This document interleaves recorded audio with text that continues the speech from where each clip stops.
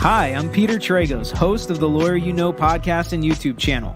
The saying goes, everyone hates lawyers until you need one. Well, I'm here when you need one to answer your questions and give you insight that you didn't know you needed. Along with my partners, Pete Sardis, the professor, who has a finance and business background, and George Tragos, my dad, and the consigliere, a criminal defense giant, we can answer any questions you have.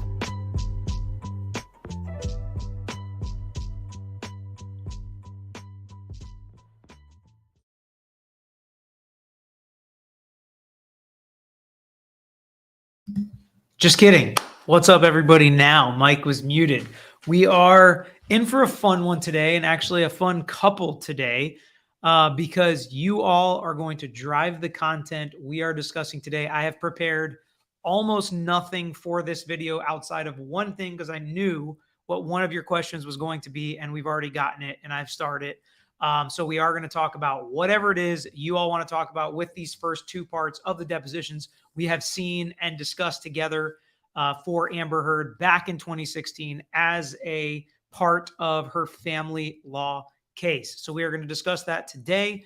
We're going to answer a lot of questions on that.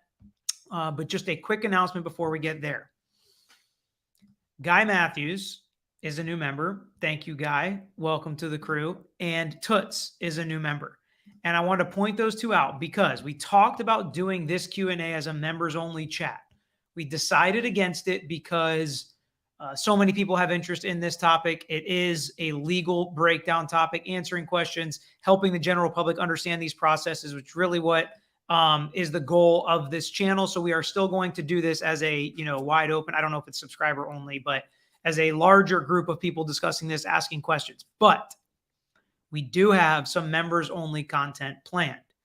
I am going to today at 5 o'clock. So I'm going to do this for about 30, 45 minutes, answer questions. I've got a couple more appointments. Yes, I'm wearing a suit today. I had a hearing and a mediation today. So a busy day here on two separate cases. We can talk about that if you want to as well.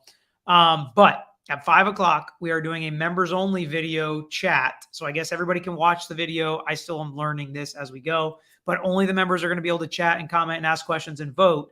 And we're going to talk about my top 10 favorite legal movies of all time.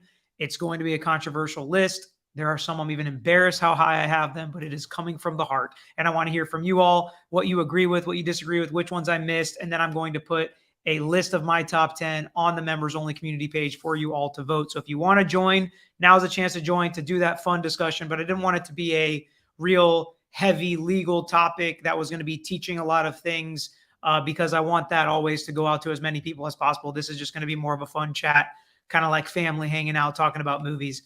So yes, Beverly, I knew that would be quickly on us here. People saying, wow, looking fancy today. Yes. And this mustache is going to be gone very soon. And I'm going to just blend it with the beard here very soon. So if you are a fan of the mustache, hopefully you enjoyed it while it lasted. But let's get into the Q&A and let's take a note from Elaine here. Let's get this click out of the way. Click that like button so everybody that has a question about these depots can come join us and get their question answered now by a real lawyer who will be in depositions literally next Monday. I'll be in depositions again for the next time. So we're doing this all the time. So this is a fun topic to talk about. So yeah, like the video, subscribe if you haven't already, and do all of the algorithmic things here for us. Ian, we will start with you. How come they're releasing the depo in bits? Incredibly Average, I guess, has access to this somehow, and he is releasing them in parts and chunks because they're easier to digest. You're not listening to 7 hours of misery, as some of you have called it. So I think it's just kind of easier to digest. And because he's breaking them down like that, that's how I'm doing them. And frankly, it's a lot easier. It's a lot more manageable. I'm able to take an hour break, do it, and then get back to work, or do it at night for an hour, and then we can record it and pop it out later as opposed to doing it live. So it's frankly easier too for me, so I don't mind it. Nadine, Peter, why is there a deposition for a divorce? Because a divorce is also a litigation case. You get their answers on the record, sworn to under oath. That's how you negotiate a settlement potentially. If there is a trial, you use it just like they used it in the Johnny Depp civil trial. You can impeach somebody with it. It's how you do discovery. It's how you find out who the other witnesses may be. It's how you find out what documents or what might be on the phone. You learn a lot while taking a discovery deposition, and it's no different in a family law case. All right. So I'm going to answer these in conjunction here with the one thing that I've prepared. So TLL Tallman said, are these the lawyers Amber hired before going to court? Totally separate case than the Johnny Depp defamation case. This was the family law case. These are her family law lawyers. But JB asked, who is Amber Heard's lawyer in these depots that we can't see? Was he present in the courtroom proceedings? He was not present during the defamation trial, which is interesting because the thing that I have prepared is a little snapshot from his website, Harder Law. Okay. Charles Harder is the guy that I believe we can hear on this depot. Again, we can't see him, so I'm not going to say with 100% certainty because I've never spoken to him and heard his voice, but I looked him up, and we've talked about lawyers in other cases, and we've looked up their pages, and we've talked about what kind of accolades and things they have. This guy's legit. No other way to say it. We can disagree with how he handled this depot, but this guy's legit. He's practices in California, New York, DC, litigates cases at the federal and state level, which is a step up than just doing state cases, in my opinion. We'll skip kind of what he's written books on because he has written some books, but he's top 100 lawyers in California, top 100 power lawyers, whatever that means. Super lawyers and best lawyers in America are two of the best groups and associations to actually get into because they're peer reviewed. It's not just pay to play. A lot of these plaques and groups you can get into that you just pay and you enter into them, but these you have to actually be nominated, peer reviewed. They look at what you've done, what positions you hold, what cases you've handled, and you have to actually get into those, and you don't have to pay to get into them. You can pay for the plaques or pay for the licenses to use online, but those are two of the better groups to get into, and he's in both of those. And then it talks about some of the cases that he's been a part of. And a lot of you may remember the $140 million jury verdict for Hulk Hogan against Gawker, if you remember that case. He also represented President Trump and the former First Lady Melania Trump in defamation style cases, which is why it's so interesting to me that Amber Heard did not continue on with him. If she chose him during the divorce, I don't see anything about family law in here. I know he does it as well, and he's like a lawyer to the stars, one of those types. But I am very Hollywood's favorite lawyer, it says here. I am very surprised that she did not have him in the defamation case. Now, maybe that is part and parcel with the insurance company choosing the lawyer, right? Because we've already talked a lot about that. But I thought this was very interesting. Very good resume from him. Seems like an absolutely legitimate lawyer.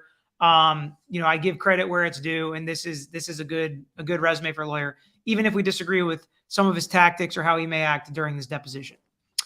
All right, let's continue on. Margaret, how is she allowed to eat during deposition? You're allowed to eat. You're allowed to take water breaks. All of that is totally fine, especially during a 7-hour deposition. Ali Almeida, hello, Peter. Would you please elaborate a little about what the point is being sworn under oath, lying under oath, and not prosecuted for perjury? Where's the accountability? Thank you so much.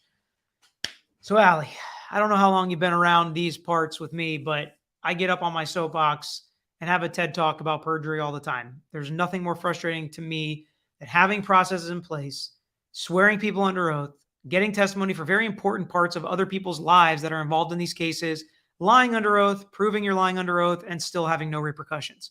So I agree with you. And the point is to try to keep people from lying. But if law enforcement and state attorneys and district attorneys are not going to prosecute perjury, then it has no teeth. And I agree. People do this all the time, unfortunately.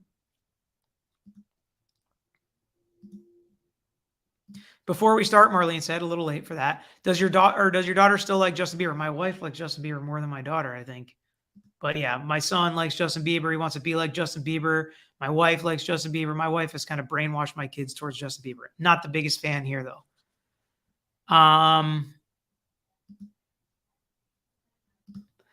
Ellen Leah. In the depot, Amber stated she had to cover her face in that pic at the birthday. Elaine grilled Isaac Baruch, and the reason he didn't is because she was wearing makeup.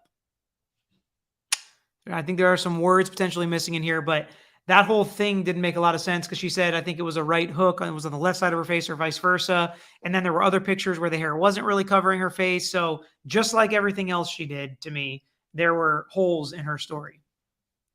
Diane Warren, welcome to the membership crew. I will see you in the chat later on today with Ms. Hardy's girl and the other members.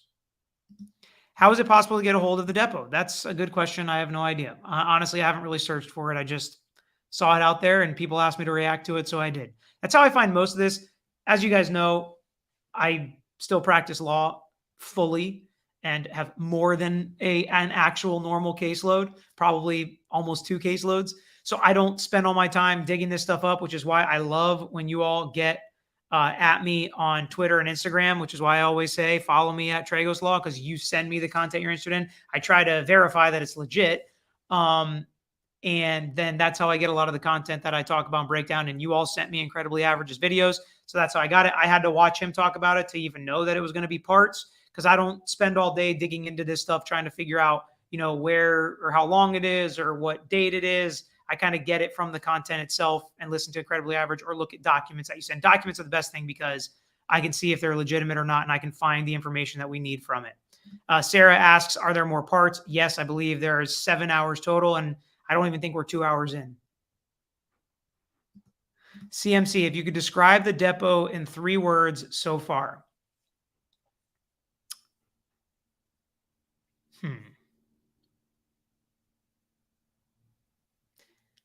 I would say ineffective, embarrassing, and improper. Dr. Julia Daruwala, welcome to the membership crew.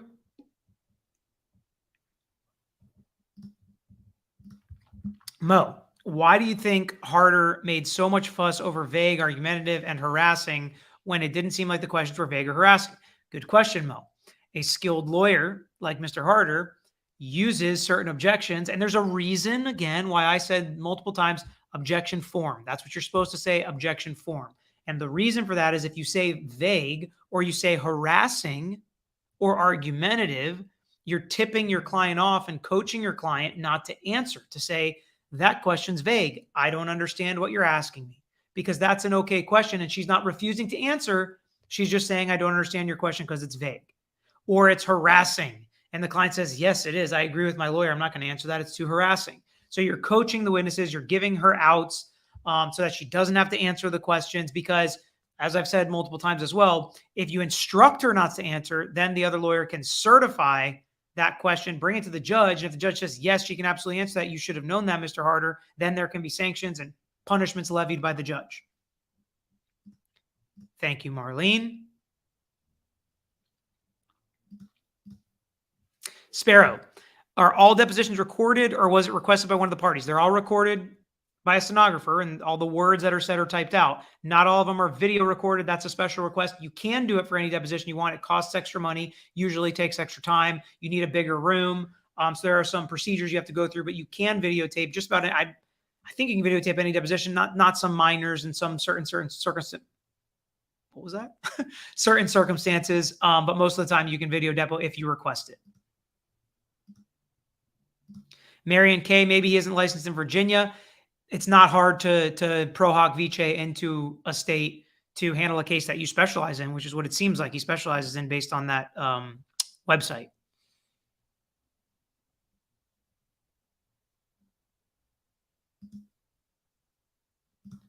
Lulu, is that normal for depositions with regard to AH's lawyer's example attitude was maddening to watch? I would say no, it's not normal, but it does happen. It's not like it's never happened before. But I will say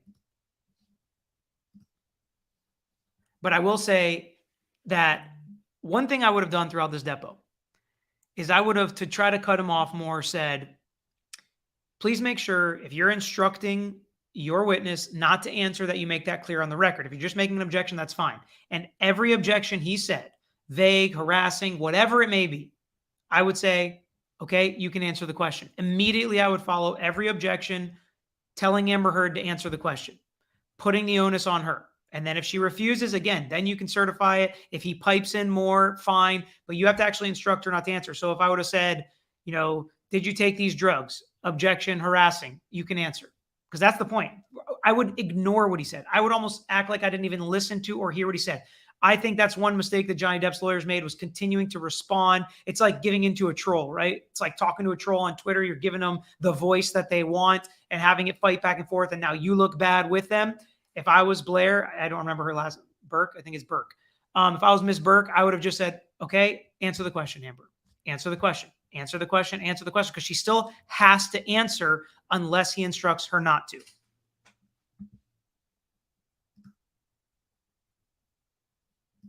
Debbie, hi, I'm a new follower. My question is, why do her lawyers not see that most of her words coming out of her mouth are lies? Do they not see what most of the world sees and hear? I think that's possibly true, Debbie.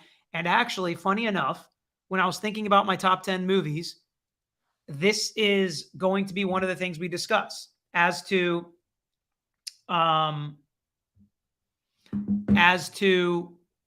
when your client lies to you. What do you do? How do you handle it? How does it affect how you represent them? So yeah, I think that could be the case here. Maybe they do believe her.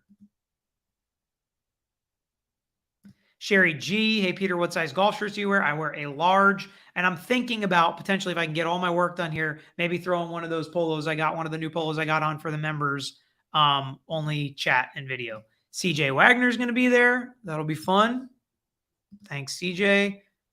Indy Charmer will also be there. A lot of new members. It's going to be fun at 5 o'clock today. What are the penalties of perjury? Here it is up to 5 years in prison. Third-degree felony in Florida. Boricua Jewel. Question. Hi, Peter. Why would Amber Heard and her lawyer stall so much and waste so much time during the deposition? This was another question I had.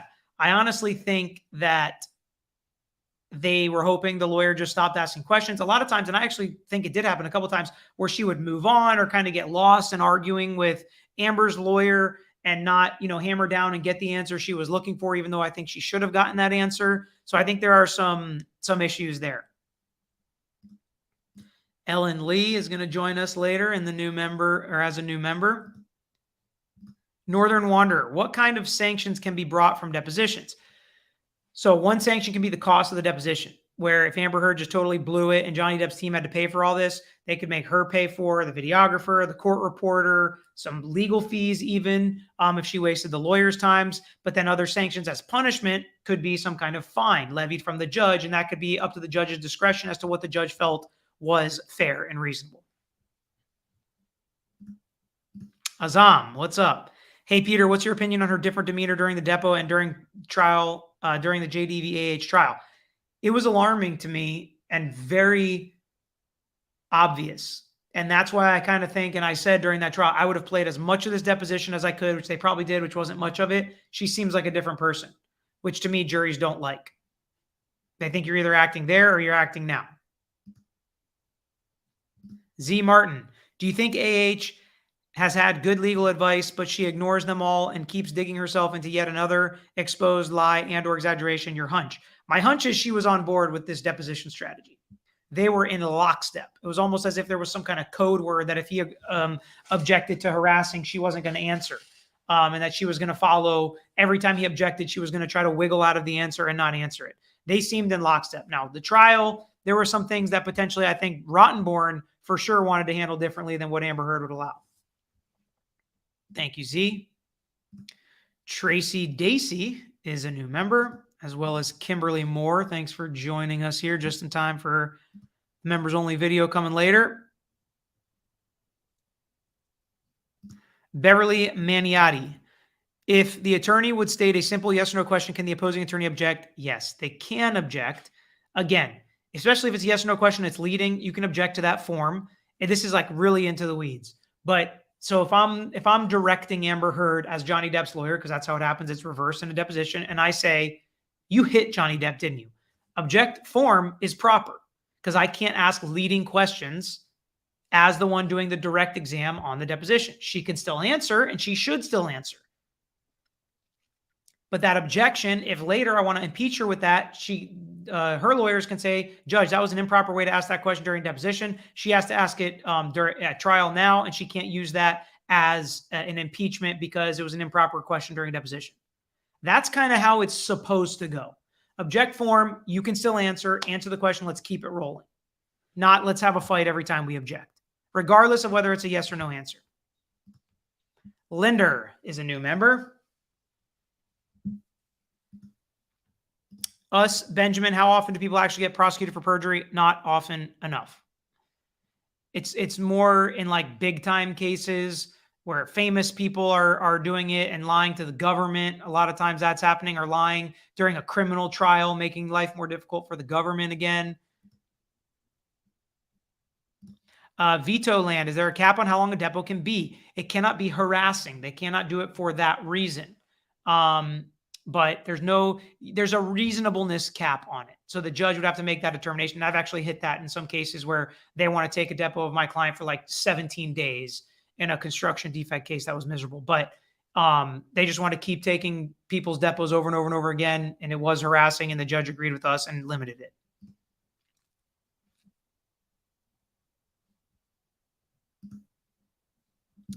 CMC, have you ever been in a depo with a lawyer like Amber Heard's? Yes.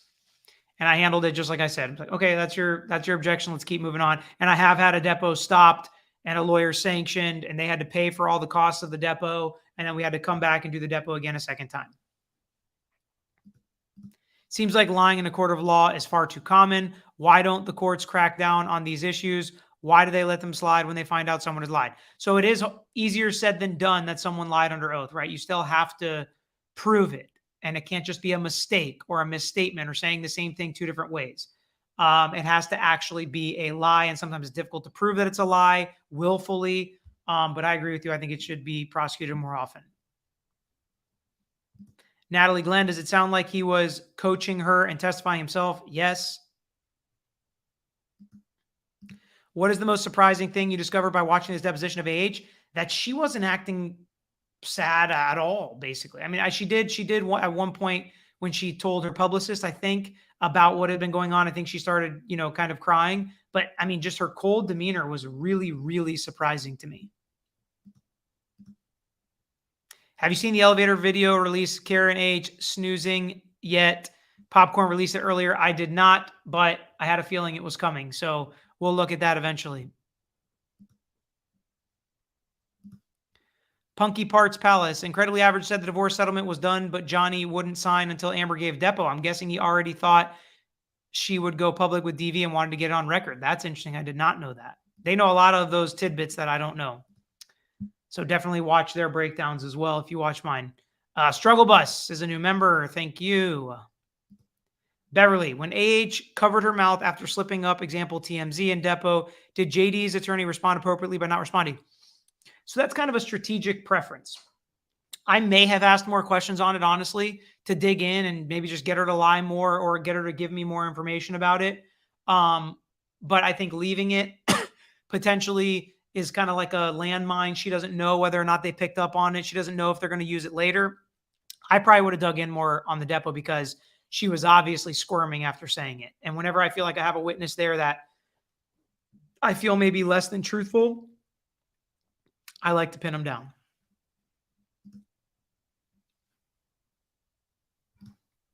Peter, what are the best, this is from Kimberly, what are the best defamation for perjury in family/civil law? I don't know what this question means. Jojo is a new member. Welcome, Jojo and Debbie Hamilton.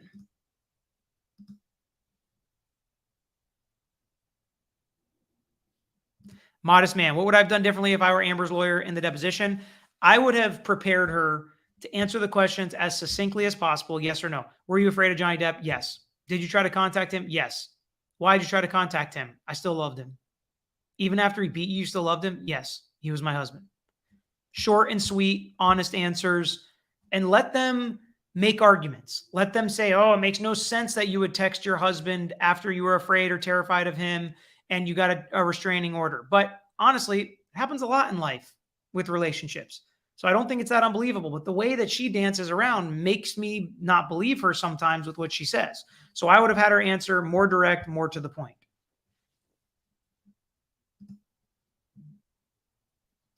Azam, I don't understand objection form. Is the form of the question? Yes.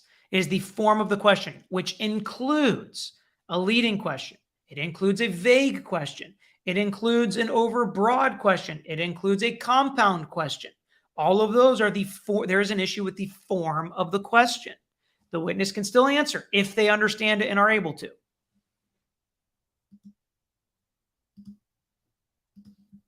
Jojo, I think we got you, new member.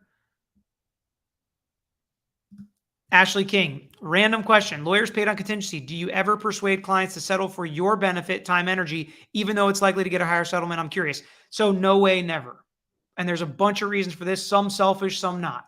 In my opinion, there's never, ever a good reason to settle a case early for less. I would always rather maximize every single case we have. The bigger the settlement, the more money we make, as well as the client.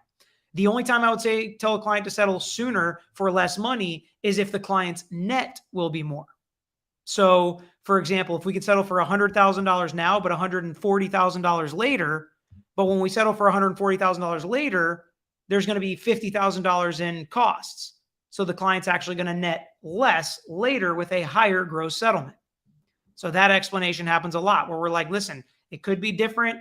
You could net the most now. And if that's the case and the client wants to, because the client's the boss, and if they want to, then we'll settle it for less gross amount, and our fee will be less because our fee is based on that gross amount, but the client's net will be more. The only lawyers that really do this, I think, are lazy lawyers, lawyers that just run mills and try to get cases in and out as fast as possible, or lawyers that can't afford to keep the lights on and they need that fee to make the rent check. So they're trying to push clients to settle. And that can be scary. If the lawyer doesn't have a good reason for settling early. Now, let me also tell you, sometimes there aren't as good of cases and you find out they're not as good later and you tell them, listen, this is, I think, the best we're going to get. And the client may think you're telling them to settle cheap, but in reality, you're explaining to them the risks and how it might not be that good of a case. And sometimes they get upset with lawyers. So I would say, talk to your lawyer about it. And if they have a good explanation as to why they may want to settle it for less, then fine. That's kind of just generalities, no specific legal advice, of course, because none of these answers are specific legal advice. Is it celebrity justice that perjury isn't even being acknowledged? Would the average person get these passes? Probably, unfortunately.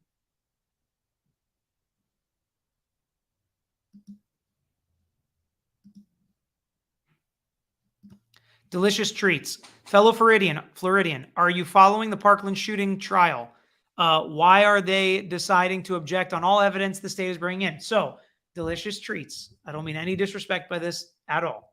This was such an often asked question over the last couple weeks that my dad and my dad, who's a criminal defense big time lawyer here, we did a full, I think, 15-minute video breaking this down and breaking down this trial on our page. So I really want you to go check it out because I won't do the answer justice here in just 1 minute. We really break it down in depth. If you go check out that video. Anita Stanley, is there a standard amount of time for deposition? No. Every kind of depo is different. We got to ask for, do we want 30 minutes? Do we want 2 hours? Do we want half a day? Do we want a full day?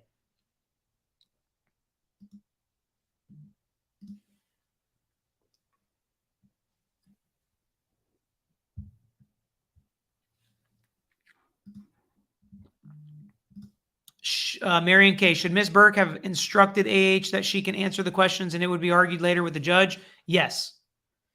And the lawyer would not have argued with that. Amber Heard's lawyer could not have argued with Ms. Burke if she said, still answer the question if you can't, regardless of what his depo is, unless he instructs you not to answer the question. Leah Dahlquist. The treatment he has towards AH is almost like EB. He is too aggressive, though, for my taste. Is deposition done without a judge in the U.S.? Yes.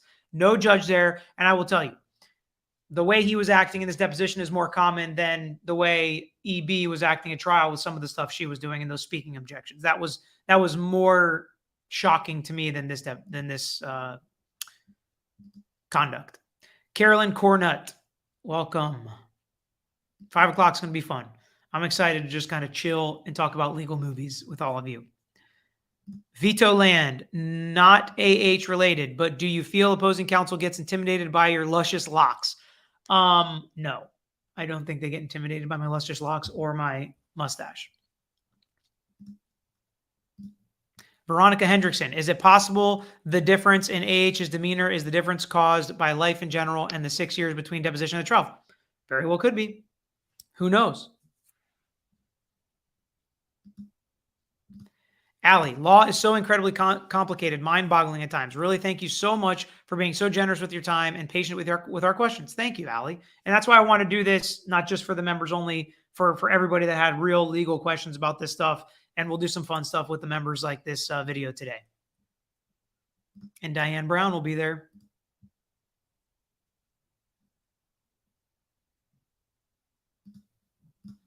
Toots, does it bother you when clients call a lot with questions or updates?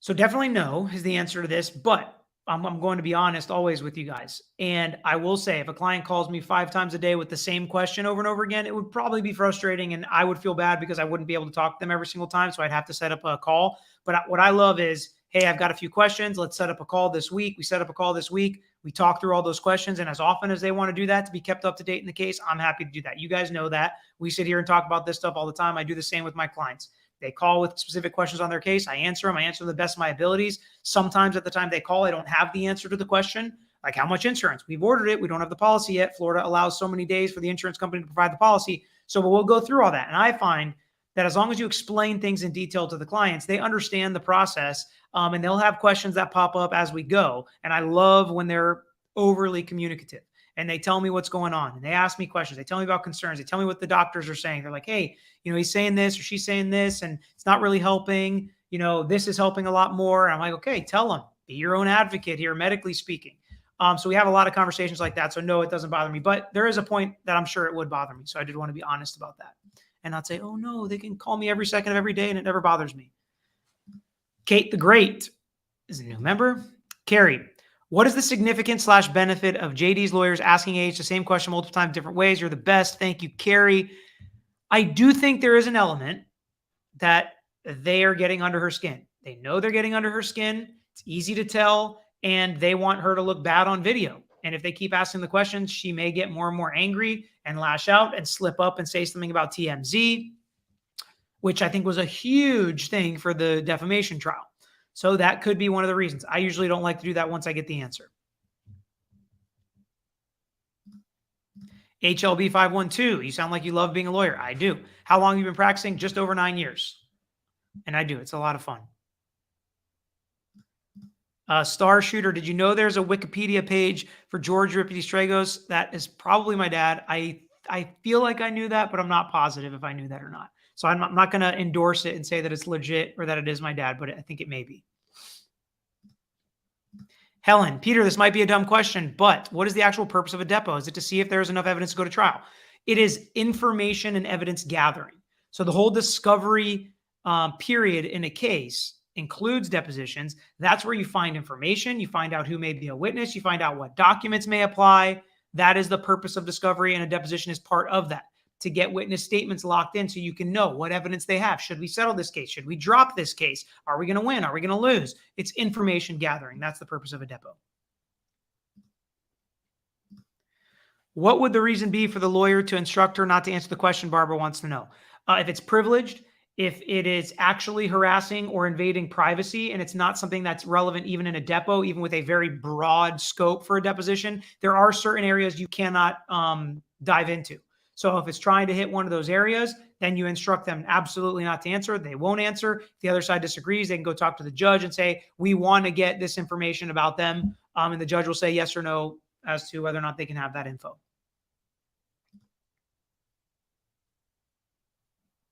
Are motions to strike never appropriate in depositions? I can't understand the legal reason for them because they're already on record. So striking them now does nothing. The judge is still going to have to decide later whether or not to strike them. So I don't really feel like you're preserving anything. I've never used that, and I've never seen it used by the other side successfully in a deposition. I think it's kind of like, not virtue signaling, but you get my point. It's like posturing. Yada Kuki, do you speak this fast in court? No. So I speak really fast in videos because I try to get as much information and content in as I possibly can. I don't want to waste your time. But in court, one of my main focuses is actually speaking slower. I speak really loud in court. Court reporters always are like, oh, you're doing the closing? Awesome. You're so easy to hear. Especially when I did a couple trials with masks on last year. They were like, thank God the lawyer we can hear is doing the long closing or whatever. So it's one of my focuses, yes, to speak slowly, because generally I can speak pretty fast, and I do on these videos, but I absolutely try not to in court. Junior Rodriguez, did AH post the bond? I believe the answer to that is no, which is not a surprise at all. I believe she just posted the $500.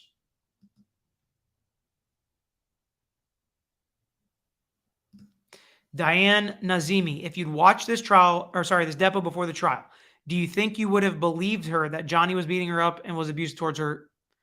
From what I've seen from the deposition, nothing has really changed about my opinion on the veracity of her testimony. Bev, what options does opposing counsel have during a depo if they think the witness being questioned isn't sober? I think AH was baked out of her mind. So you can ask the question. You have the video evidence that you can tell the judge, look, judge, to me, it looks like she's on drugs. I have not felt that personally, but I also would not say I have a real keen eye for that. But you can also bring it to the judge if it's being video recorded saying, I think she was on something. You can ask for another deposition. You can even ask for a drug test prior to the deposition. Judge doesn't have to grant it. It could be considered an invasion of privacy. But if you really think that that is a problem, having it on video helps. Asking the other people in the room probably helps. And asking the judge for another deposition with potentially a test before is possible. Hey, Heather, do you think AH was overly coached for court? She's an actress. So I don't know if there was some kind of combination where they said, hey, do you think you could put on this kind of performance? And she said, yes. I don't know if she wanted to do it that way. It's kind of hard for me to get into the minds of exactly what happened.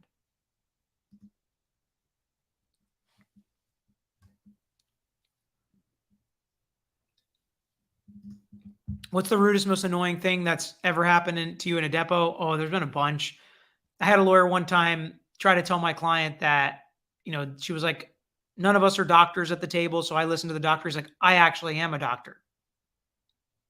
And he meant a Juris Doctor, which I've said in jest a million times to my friends and family, like as a joke, because the bar actually says you can't say that. You can't use your JD to let people think that you actually are a medical doctor, since that's what most people can connect that term to. So I had to stop the depo and explain to my client that he's not actually a doctor and ask him not to do that again. That was annoying. I had a defendant just refuse to answer questions. He must have hated me. I looked super young probably then. I was a young lawyer, still am a young lawyer. And he was like this whippersnapper and saying things like that to me, making all these rude comments to me. It was actually pretty funny. That was the one that the judge actually sanctioned him and made us come back and do it over again. I've had people lie that we've dealt with in depositions. I've had other lawyers just start looking out the window talking about the pirate ship going across Tampa Bay during a deposition. So weird. Lots of weird stuff happens during depos. Hannah Leave is a new member. Cookie, what happens now that AH hasn't posted the full bond? Didn't she have to do that to move forward? No. We did a video on this as well. Rob from Law and Lumber and Andrea Burkhardt have been all over this on Twitter if you want to check them out or check out their videos. So to post the full bond, it would just stop collection, meaning Johnny Depp couldn't go try to collect it. She didn't post it, so now he can go try to collect it. Now, will he be able to collect it? Who knows? Interest also is accruing at, I think, 6%. So what she's going to owe at the end if she actually loses once and for all is going to be a lot more than $10.35 million because she has not paid the bond now. So that's kind of the repercussions for not posting it. But if she would have posted it and lost, now it's easy for Johnny Depp to collect. So it was not at all surprising that she didn't post the bond. Modest Man, when do you think this case will truly be over? How much more can Heard's team do? They're going to go through the appellate process. It could be years. Brittany, I was wondering if people make comments about your age. Yes, all the time. I can imagine a lot of older people not liking a young lawyer. Very true. Judges are usually really nice, though, especially in trial where like the playing field is even, and it doesn't matter what, like having long hair or having some kind of facial hair or being tall or short or black or white or whatever it is, right? When you're in trial, if the jury likes you, it's all that matters. I don't care if the judge thinks they don't like my long hair. I don't care if the other lawyer thinks I'm too young. I care about my client and I care about the jury. That's pretty much it. And you know, that is really how I try to always be respectful, of course, as I hope a lot of you know. I try to do my absolute best. I do everything to the best of my ability. But I don't polish my looks in a way to make sure everybody thinks I look like a lawyer. You know, that's not something I've really ever cared about. I dress appropriately for court, of course. I'm not going in there in gym shorts and a t-shirt or anything like that. And no, I don't wear a ponytail in court. I never have done that, Miss Dinga Dinga.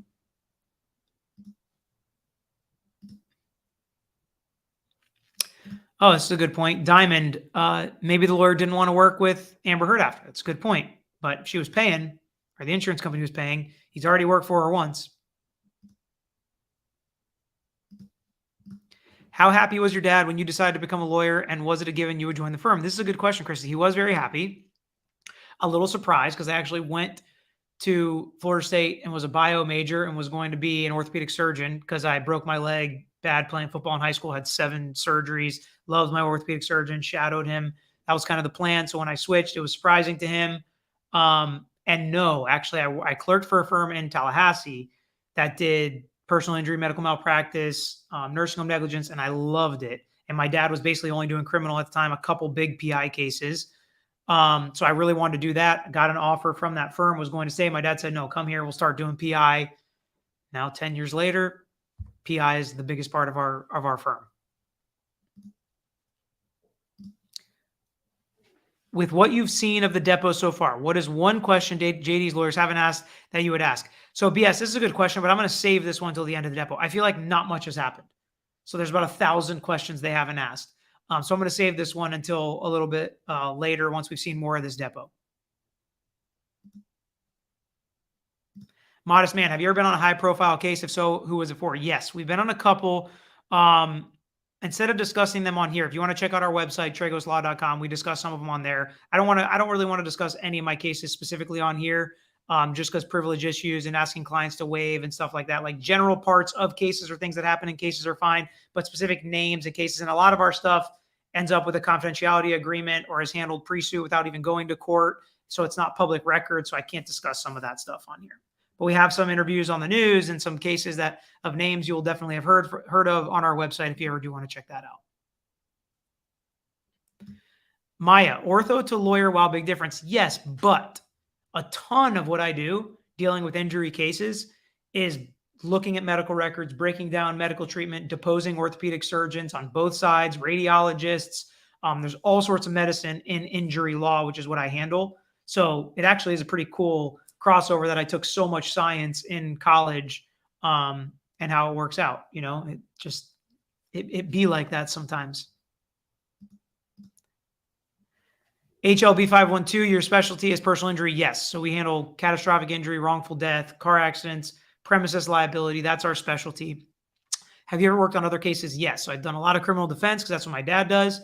And then I've also done some employment law cases, some discrimination cases, some unpaid overtime and wage cases. We are too busy to handle those cases now, so we don't handle those cases anymore. But when I was a young lawyer, those were kind of the 3 areas I really focused on. And I've fine-tuned. And really, when I started doing continuing legal education and joining groups like the Florida Justice Association, which is personal injury association across Florida, that I'm the Young Lawyers president of now, I realized I really wanted to fine-tune, hone in, be an expert on just one area. So that's why now, probably over the last 6 or 7 years, I've just done personal injury. How long did it take for you to make partner in your firm? I think it was about 2.5 years. So we're a small firm, so there's no normal partner track. But I actually made less money my first year as a partner as I did my last year as an associate, because I was building up this personal injury section of the practice, and Pete Sardis, our other partner, did personal injury and criminal defense. He was kind of like the bridge, and my dad did basically just criminal defense. And when that department started exploding, that's how I made partner, bringing kind of a totally new department into our firm. They were doing some of it before, a couple big brain injury case type things, but it was not anywhere near as big of a part of our practice as it is now. Junior Rodriguez, can Johnny go after Amber for attorney's fees? I haven't seen anything about him asking for attorney's fees just yet. So I have not seen that. We will see if that changes. Marlene, thank you for the super sticker. How often does a case settle out of court after the deposition? Worm wants to know. Very often. Very often.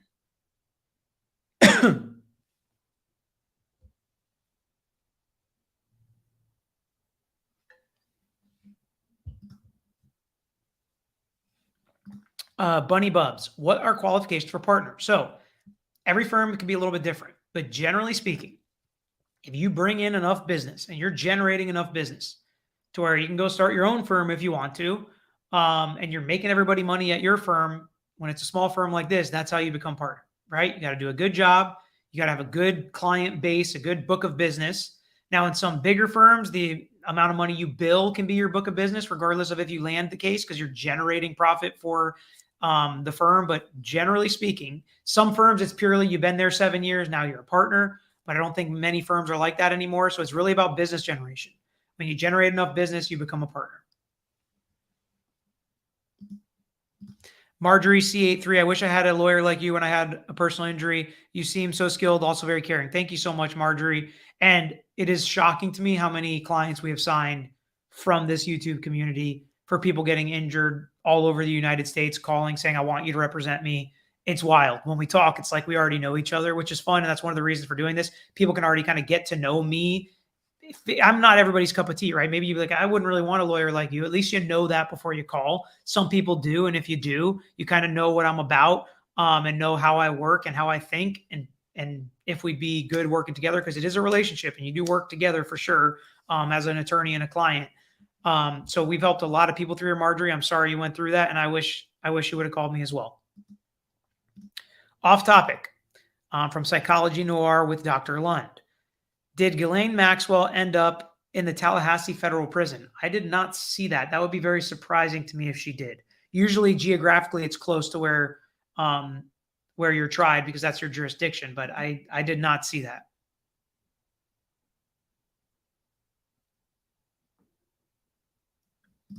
What's the weirdest thing that happened to you in a trial? Tora Rosengren wants to know. I've had clients disappear in the middle of trial and we had to find them and go pick them up in another city and drive them back to court. I've had experts that refuse to have their deposition taken, that we have to have the judge force me to take a deposition at night in the middle of the trial. And one of these experts, we actually did a Daubert challenge on, meaning trying to strike them as an expert, saying their expertise was hogwash, basically. And we have the hearing during the trial, basically, with the judge, and the judge booted them. Actually, the defense withdrew them because the judge indicated, I'm going to boot this expert if you don't withdraw him. And they withdrew him. All sorts of weird stuff happens. Azam, thank you so much for the super sticker. You're the best.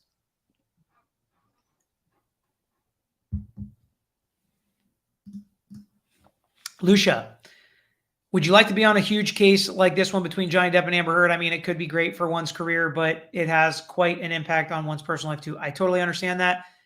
The answer is yes and no. No, I would not want to be on a defamation case, even if it was this big and famous and whatever. But yes, if Johnny Depp, God forbid, got in a car accident, or Amber Heard even got in a car accident and was injured, and it affected their career and it affected their life, and they had to have surgeries and whatever it is, like all of my cases, if it was high profile and a celebrity client, I would be more than happy to be on that case. I would love to be on that case to help them if it was in my area of expertise. Ella, can we discuss the way our lawyer grabbed her mic? It was weird. It was weird. I've seen some questions pop in there. I don't really want to dig into it too much, but it made me feel a little uncomfortable. Alexis Yeater is a new member. Don't forget to join back in at 5 o'clock to discuss legal movies here with the members. Tara, is learning how to make proper objections / how to do it strategically a big part of studying law in the U.S.? I'm in law school in Sweden. Objections aren't a thing here at all. Interesting.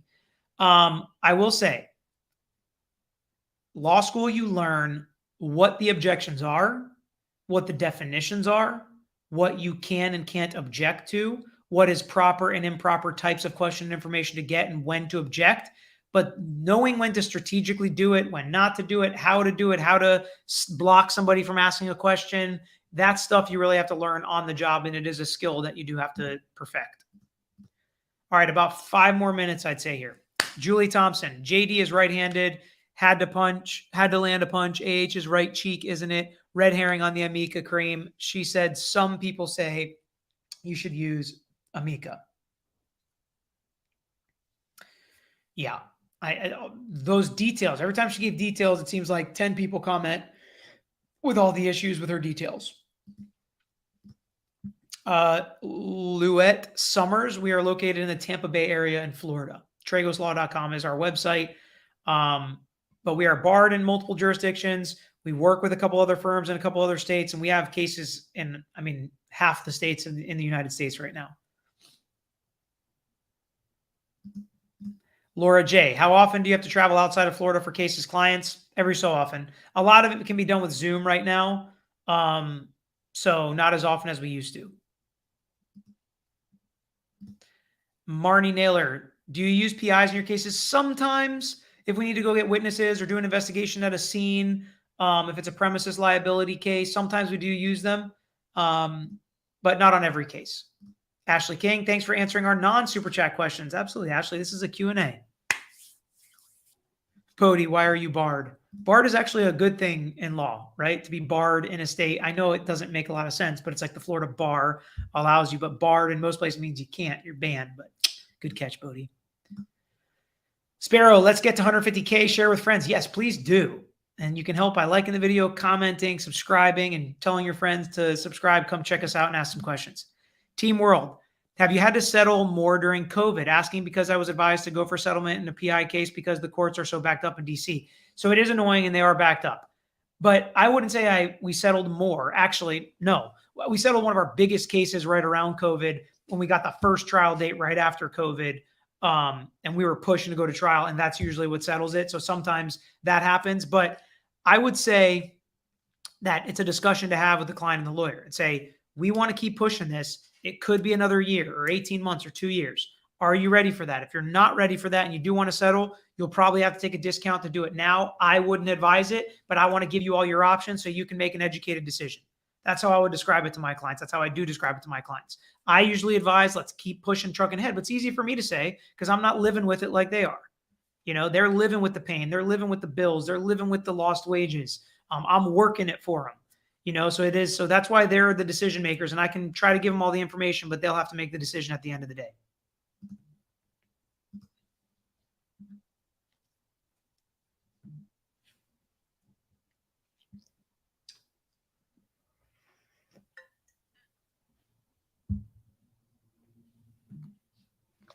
All right, I'm going to answer 2 or 3 more questions before we take off here. Make sure you check us out Instagram and Twitter if you haven't already.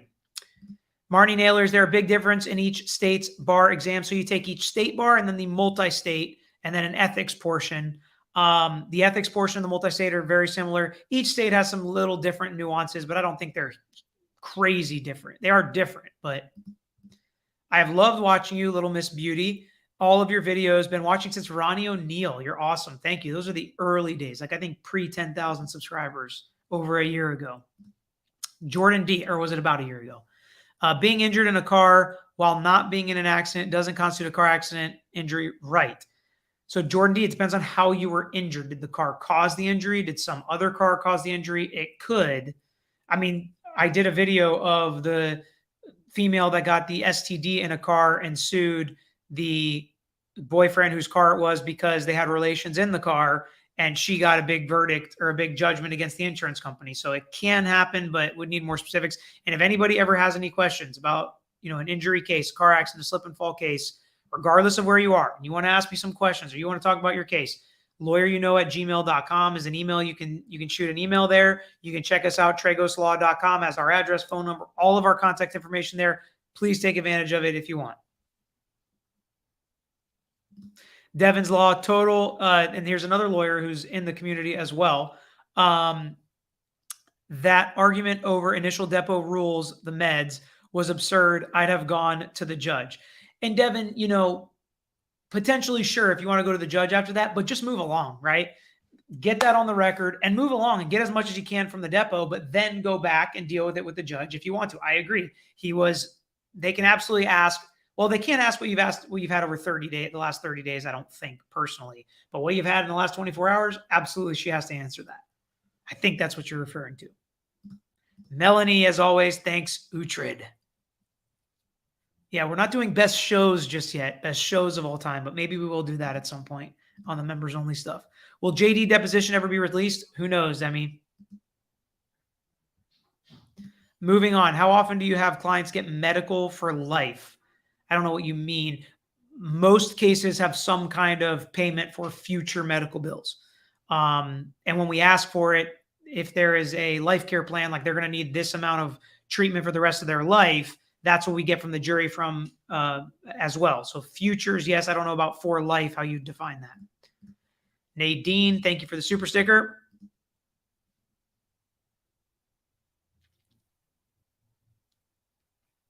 All right. I am going to take off here. I appreciate all of the questions. This was a lot of fun. I've got a couple of other appointments and things I have to do here for the next hour. But at 5 o'clock, check back in if you want to hear my top 10 list of my favorite legal movies. I hope you guys tear the list apart. Tell me where I'm wrong. Tell me which ones I'm missing. It's going to be a members only chat, just a little boost of value for the members of the page. But I think everybody can come watch and get in the comments later. So it'll be fun. We're also going to post the list of 10 on the members only community page for you all to vote on your favorite of my 10 movies and tell me which ones I missed. So thank you guys so much. This was a lot of fun. Until the next one.